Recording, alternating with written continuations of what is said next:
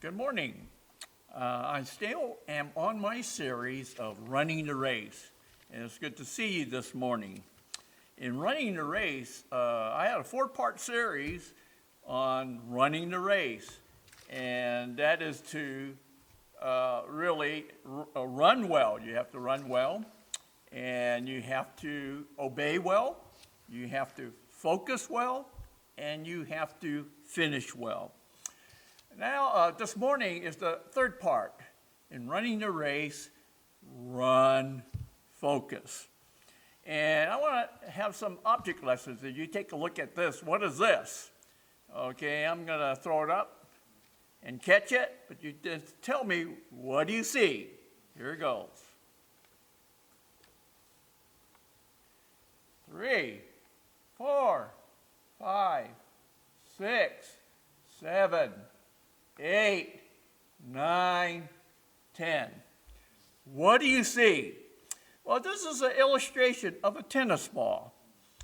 And the reason why I threw it up 10 times, I'm kind of amazed that I caught it 10 times, but this tells us, this tennis ball, to focus well on the tennis ball. Did you catch that? Well, there's a tennis player in Australia, and his name is Rod Laver. And there's a stadium in Melbourne that was named after this tennis player in Australia, Rod Laver. And he was one of the only men's tennis player to win the Grand Slam all in 1 year. That's hard to do. The Wimbledon, Australian Open, U.S. Open, French Open. He won these 4 in 1 year. People would win 4 consecutive, but in different years, but Rod Laver won it all in 1 year. Somebody interviewed Rod Laver, and they asked him, what makes you so good of a tennis player? And he answered this way, because he focused on the tennis ball. And it became bigger than life. When he looked at the tennis ball, when he was playing, it became bigger than life. It became like a softball. He focused on it so much. And so the question is, do you focus well in what you do? Do you focus on the tennis ball? Are you a person that focus and fix your attention and eyes and never miss looking at that tennis ball? That's why Rod Laver hit the ball so well and won the Grand Slam. Here's another illustration about focus. Remember the family, Mary and Martha, and the brother was Lazarus. So Jesus was very close to this family. You read your Bible in John, read the Bible in Luke, you'll see Mary, Martha, and Lazarus.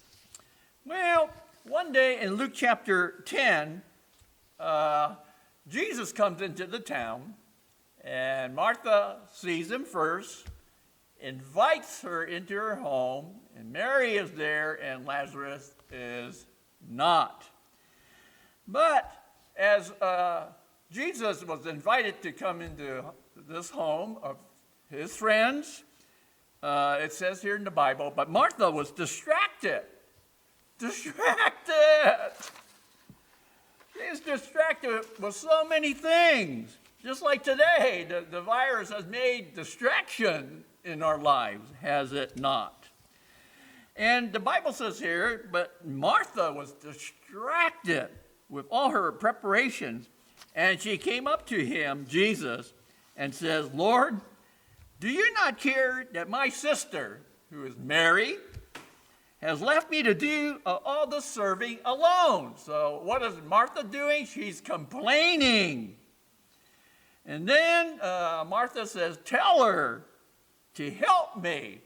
So what Martha was doing, she was kind of manipulating Jesus to get Mary to help her. So Martha was critical at this point, and she was also very bossy. She was very manipulative. Well, these two sisters had different personalities. What was Mary doing at this time? Now, here you see the difference of the sisters. When Mary got to the house, the first thing she did was to sit at the feet of Jesus, the first thing. And then the second thing she did was to listen to the words of Jesus. Did you get it? Mary was focused on Jesus. She just sat at his feet. That's worship. She just listened to his words, and that's the word of God. So, Mary was focused upon worship and listening to Jesus' words. Martha was distracted by hospitality. That's good, but it's not the best. So, are you a Mary or a Martha? Martha was distracted with so many things, while Mary was focused upon worship and listening to the words of Jesus. Now, how was this resolved between the two sisters? When you also have a problem in the family, Jesus is able to resolve your problems among brothers and sisters, especially for these sisters. And here's what Jesus said to Martha. Martha, Martha, you are worried about so many things, in Luke 10:41. Did you catch that? She was worried and bothered about so many things. She had too many things to do. And what Jesus said of Mary, but only one thing is necessary, for Mary has chosen the good part, which shall not be taken away from her. Did you hear that? Jesus is defending Mary and her conduct of what she was doing, which was the right thing to do. What was that? To focus and worship Jesus and to listen to his word. This morning, this Sunday, are you focused on worshiping Jesus and listening to his words? And then Jesus said this, for Mary has chosen the good part. Mary made a good choice, which shall not be taken away from her. So what's the story about Mary and Martha? The story of Mary and Martha is a story of Mary's focus upon worshiping Jesus and listening to his words.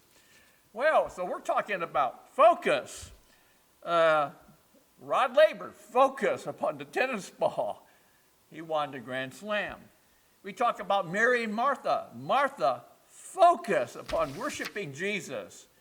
And then afterwards, listening to his words. And Jesus defended her choice as the good choice, the best choice. Now, this morning, in running the race, we are told in Hebrews 12, 1-3, run the race, focus well. Focus well. There are three things you need to do to focus well. And you take a look at your outline. The first one is this. In running the race, always run light. What does that mean? Well, if you have a moment where you're sitting in your living room, put your hands out. And when you see my hand, when you run light means down. Lose the weight. Dump the weight. Run light means down. Run light. Dump the weight. So in verse 1 it says this, therefore, since we have so great a cloud of witnesses surrounding us, let us lay aside every encumbrance. King James has weight. I like King James here. Lay aside every weight that weighs you down, slows you down while you're running a race. and the sin which so easily entangles us. So what the author of the book of Hebrews says, when you run, run light. Dump the weight. All right? And that's what I want you to remember in part 1. And so in running the race, the first point here is to run light. Run light means to dump the weight, to get rid of the weight. And weight, really, in the Christian life, are sins. You want to run the race well, you got to dump the sins that hinder you and slows you down. So in Hebrews 12:1 it says this, therefore, since we have so great a cloud of witnesses, let us lay aside every encumbrance, every weight, and the sin that so easily entangles us. I'd like to give 4 illustrations on the weights. Number 1, when the Greeks ran during the Apostle Paul's time in the Roman Empire and the Greek Empire, when the Greeks first started these Olympics, when they ran the race, what did they wear? Interesting questions. And the obvious answer is that the Greeks, when they ran the race, they ran naked. Absolutely naked. What are you saying, Pastor Al? They ran light. They dumped the weight. They didn't want weight to hold them down. So the Hebrew writer says, let us throw off everything that hinders and the sin that so easily entangles us. When the Hebrew writer wrote the sin in a definite article, what is that sin that will slow you down in running your race? Well, that's the sin of unbelief. The sin of unbelief will ruin your running the race. It will make you stop, go the wrong direction. So throw off all weight. Second illustration about dumping the weight. If you remember the story of Acts 28, 37 to 38, Paul was in a storm. A storm in the ocean. And it was such a bad storm that the ship was toddling back and forth.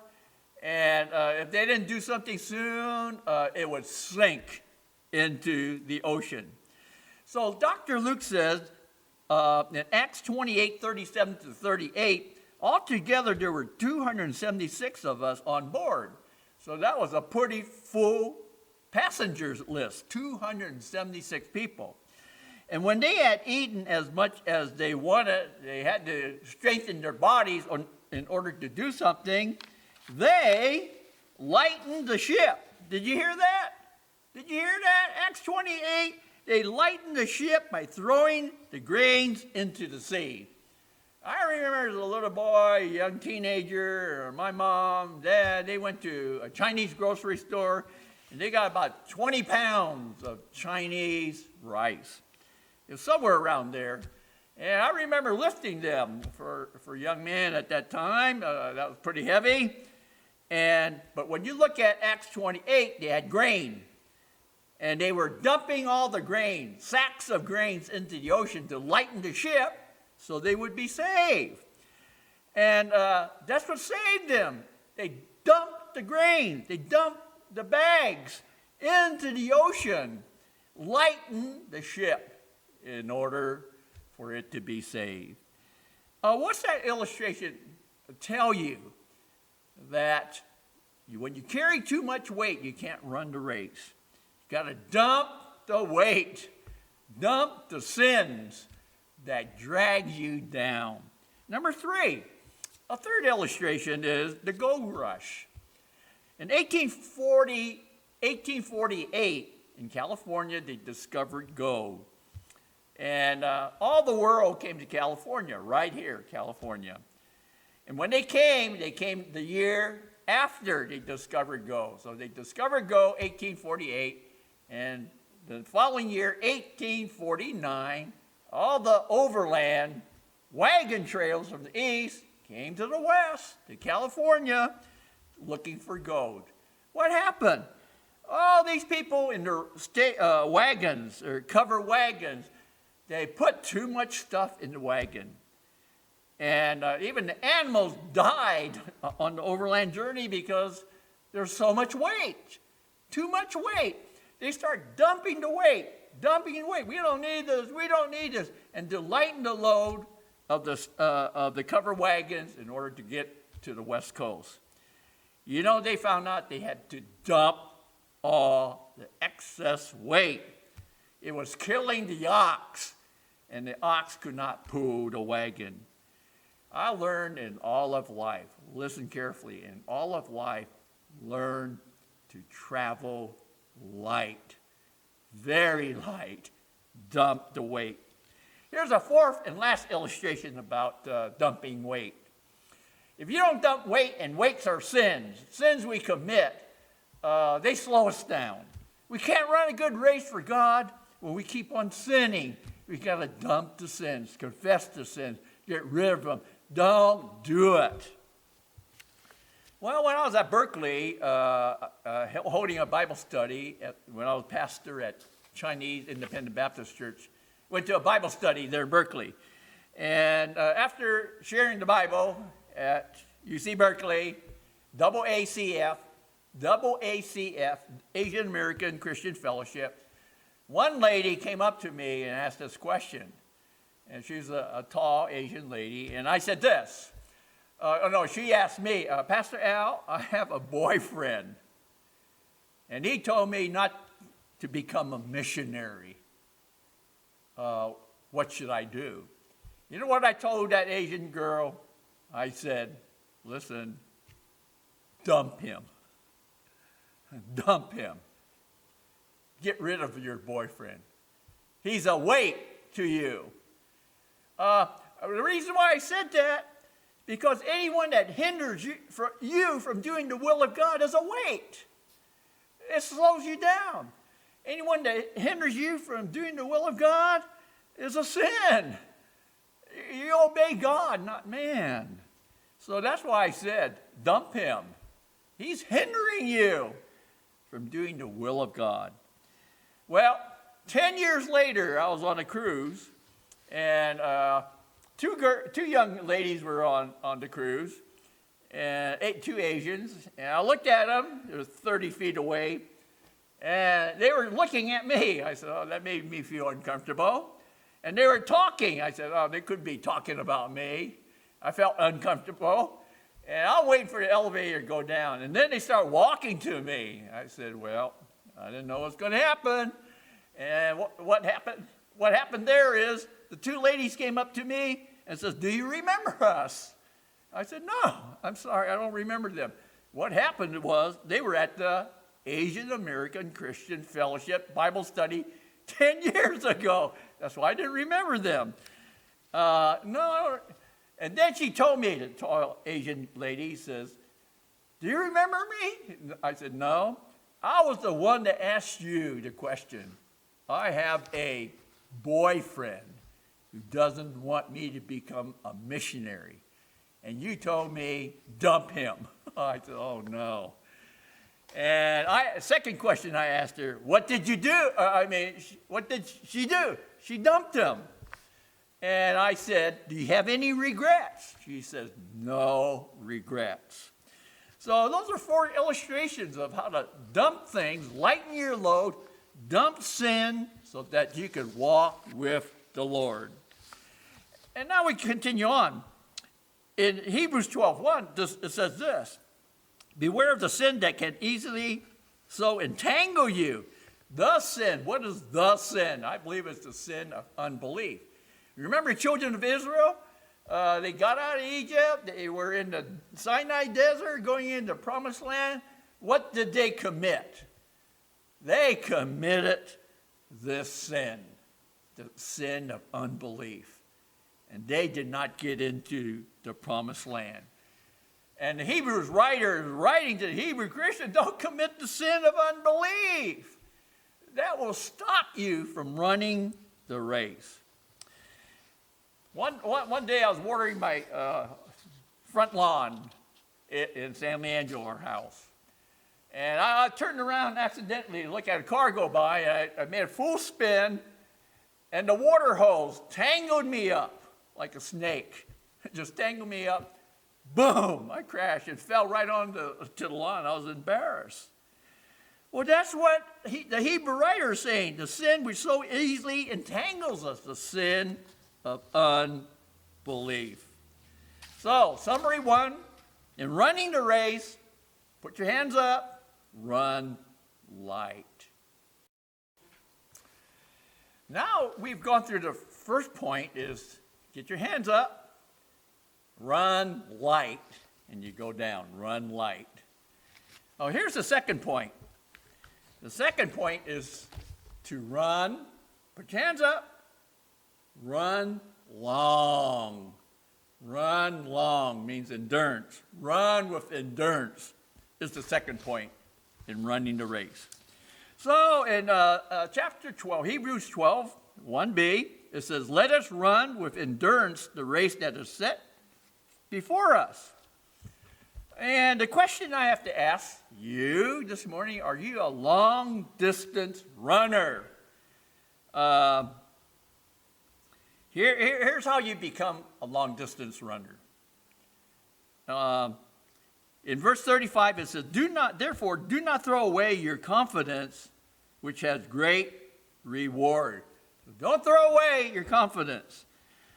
In verse 36, and this verse 36 tells us this morning what we all need during this COVID-19 virus. This is what we all need. Verse 36 says this, for you have need of endurance, so that when you have done the will of God, you will receive what he had promised. Did you catch that? The Hebrew Christians today need to run with endurance for the long haul.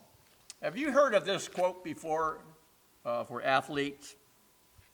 Quitters are never winners, and winners are never quitters. And you remember 1989, Michael Chang won the French Open. And how old was he? He was only 17 years old. And he beat the best in the world at that time. And that was the only time he won, really, the Grand Slam. One Grand Slam, and that was the French Open. Well, what happened to Michael at 17 years old? He teaches a great lesson. Because during the quarterfinals or semifinals, he was playing one of the best tennis players, and he cramped up. He could barely move. His legs cramped up. Sometimes when I get cramps in my legs, it hurts. So here's Michael Chang. He felt like he couldn't go on anymore. He's gone this far, and yet he begins to cramp up. So what did Michael do? He just hung in there with all the pain in his legs. He continued to play. He said, okay, I'm going to lose, but I'm going to finish anyway. And what happened? During that match, he won. And then he went to play in the finals. And he won the French Open. So that's Michael Chang's motto for that French Open. Quitters are never winners, and winners are never quitters. And what happened to here? Michael Chang endured to the very end. Look at me. When you run, run long with endurance. Quitters are never winners, and winners are never quitters. I have another illustration for you. And this deals with the church camp that I went to when I was the senior pastor at Chinese Independent Baptist Church in Oakland. We had the camps in the afternoon had all tournaments. And the tournament that I went to was the basketball tournaments. Why? There was a 15-year-old young high school man, And he knew that I used to be a good basketball player. He says, Pastor Al, will you join us for the basketball tournament this afternoon? I said, oh, no, I'm way too old. I can't play anymore. Oh, Pastor Al, you got to join us for the basketball tournament. And I just said, oh, just go run one round, that's it. And I played the first round, and we played 3-on-3, and the first round was the Cantonese team. And it was so hot. I got so dehydrated. We played, and it was so hot, and we won. 2 high schoolers on my team, just sophomores. And then I told Ben, who was the good 15-year-old basketball player, he said, Pastor Al, you got to go to the second round. I said, why should I go to the second round? I'm just too dehydrated. He said, Pastor Al, you can do it. So I got pushed in to play in the second round. And we went to the second round. I called the second round the knockout, bang-up second round. And what happened was, in this team, they caught hold of us that I was blocking off everyone so that Ben could shoot. He was the sharpshooter. He was the Stephen Curry on our team. So I was all blocked, put my body on the line for Ben. And we played a second round, and they saw that.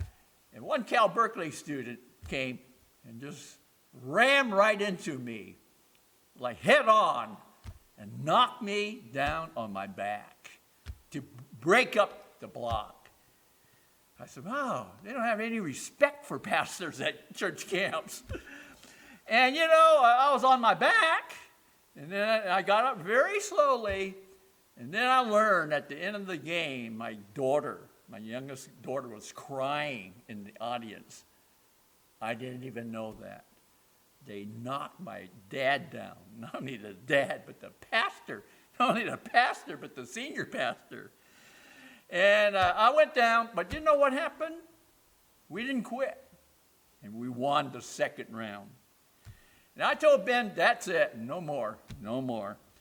But then Ben said to me, the third round was the championship round. Pastor Al, you got to go in the championship round.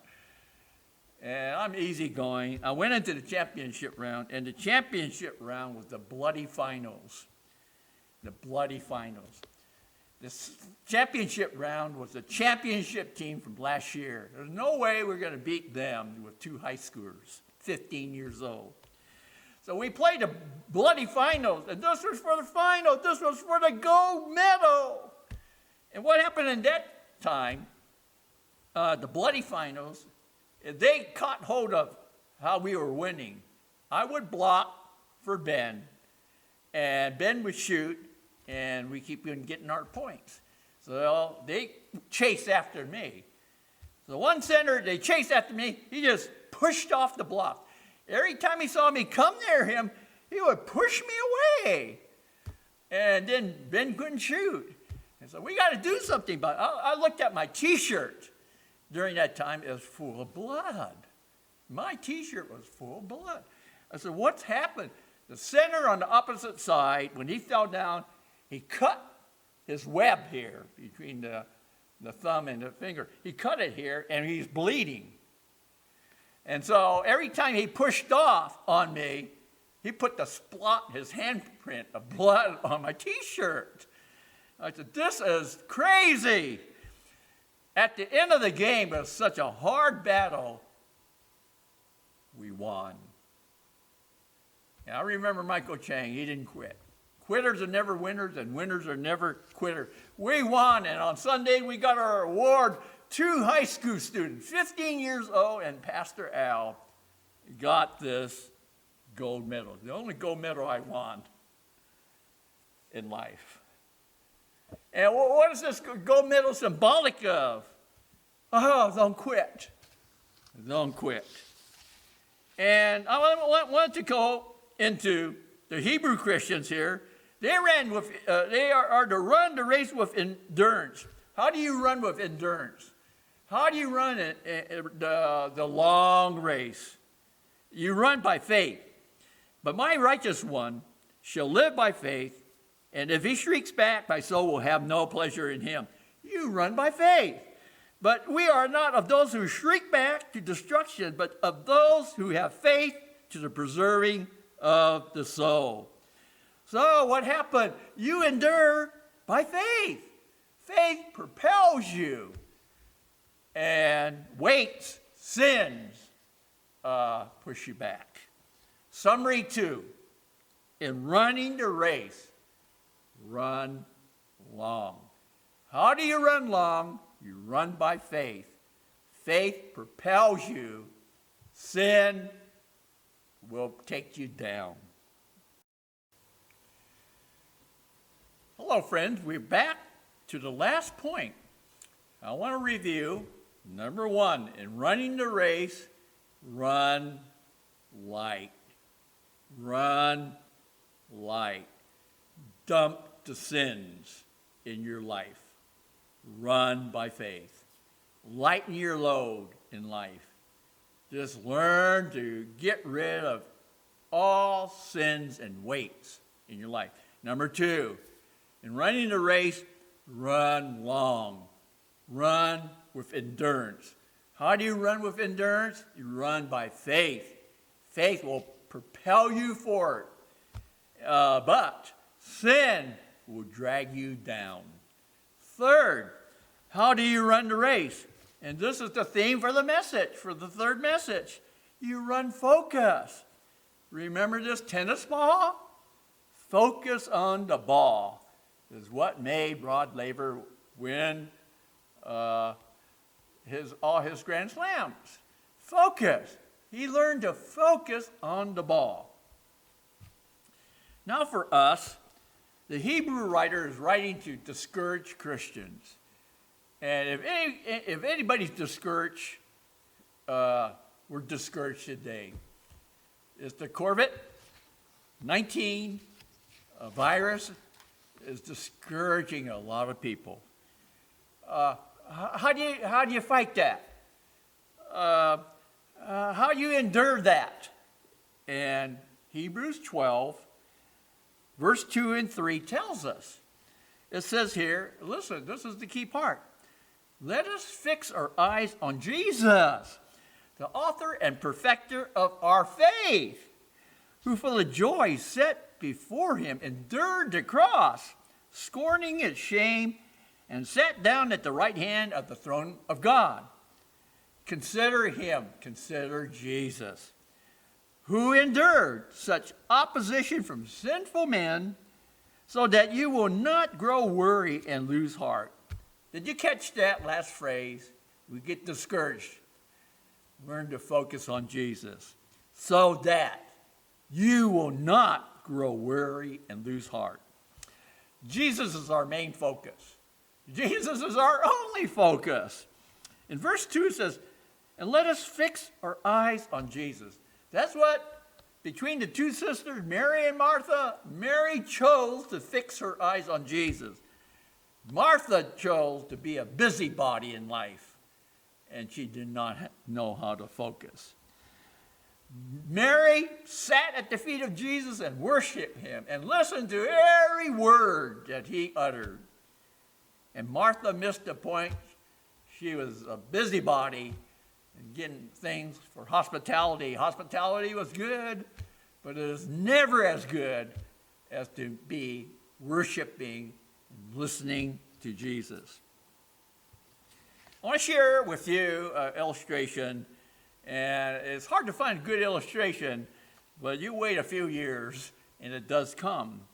And this one came with Admiral Byrd. And Admiral Byrd here, B-Y-R-D, he was the first one to discover the South Pole. He went down to the South Pole. And he stayed there alone. They built a shed for him. And he had everything for survival. So every day, Admiral Byrd would come out of his little cabin, and he had to walk around because of exercise. And so he walked around, he exercised every day when he was in the South Pole. What happened is kind of interesting.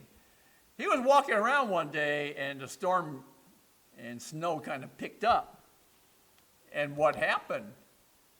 The snow covered the chimney of the shack. And what's so important by the chimney? The chimney was the reference point to the shack, to the place where he stayed. And he couldn't find the chimney. He couldn't find his house. And if you can't find your house in a few hours or so, you're going to die in the South Pole. I know what I would do. I would panic. But I would look around. I can't find the cabin, the shack. I couldn't find it because the chimney got buried by the snow. But he's a man, mature man. He would know what to do in tough times like these. Would you do what he did in order to save his own life? He couldn't find his shack. And he had to get back in before it got too cold, too dark. Well, when he was walking around outside in the snow, he had a little stake. And the stake would poke around in the snow or would help him to walk through the snow. He put a stake down where he was. Put a stake down. And he would walk around it 3 feet, patting the snow in order to find the entrance to his shack. He went out 3 feet, then 5 feet, then 7 feet, round and around, patting everything, looking for the entrance. While he was doing that, he kept his eye on the stake, so he wouldn't repeat the search. And he got further out. I don't know how far, but by 10, 20 feet. He barely saw the stake at that time. He was so far out, patting the ground, looking at the stake all the time, going round and around, patting the ground, looking for an entrance, keeping his eye on the stake. That's the reference point. Then, boom, he found the entrance into his cabin. And you know what that tells you? That Christ is our stake. Christ is the cross. Christ is our salvation. You keep your eyes on Jesus all the time. So we learned from Admiral Byrd that his stake was the reference point that kept him alive. Wow, how many of us would have thought of doing that in order to survive? The Hebrew writer says, in all of life, fix your eyes on Jesus.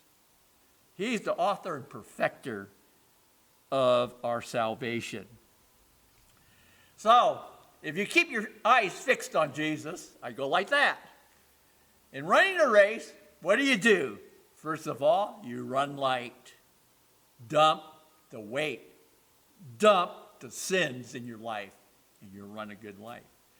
Number 2, in running the life, what do? You run long, endurance. But what happens when we go through trials and tribulations? Everybody wants to quit the Christian life. And the Hebrew writer says, no, you want to run long. You want to run with endurance. And you run with endurance when you run by what? Run by faith. Hebrews chapter 11, the heroes of the faith, they all endured because they all walked by faith. And verse 3, as we come to a close, for consider him, the Hebrew writer says to all discouraged Christians. Well, who isn't discouraged in this day and age? And the Hebrew writer says this, for consider him, Jesus, who has endured, Jesus endured, such hostilities by sinners against himself, so that you will not grow weary and lose heart. You know how you could not get discouraged this day and lose heart and quit? You know how you can overcome that? It is simple, spiritual, but you need to act by faith. Keep your eyes on Jesus. There's a movie called Chariots of Fire, and Eric Liddell won the gold medal in 1924 in Paris. He he was going to run 100 meters, but he didn't want to run on Sunday. So he ran to 400 meters. That was not his best race. But Eric Liddell here in 1924, he was born in China to missionaries, educated in Scotland. At 22 years old, he ran the race, the 400 meters, and you know what happened? At 22 years old, he won the gold medal. Oh, Pastor Hal won a gold medal a long time ago in basketball. Eric Liddell won the gold medal. But the more interesting part about his life was his latter part of his life, when he became a missionary back to China. And the Japanese war came in. He got incarcerated, put into prison of war, and then he had a brain tumor at the age of 43 years old. Eric Liddell died in prison. And I call that, and the book calls that, for the glory of God. His first half, he ran for the gold. Second half, he ran for the glory of God and passed at 43. He was such a hero to me. Why? He focused on Jesus. Well, I'd like to just close at this time. This message is easy to remember. In running the race, focus well. 3 things. Remember, you're running a race, run light. Dump those sins in your life. Dump them. Confess them.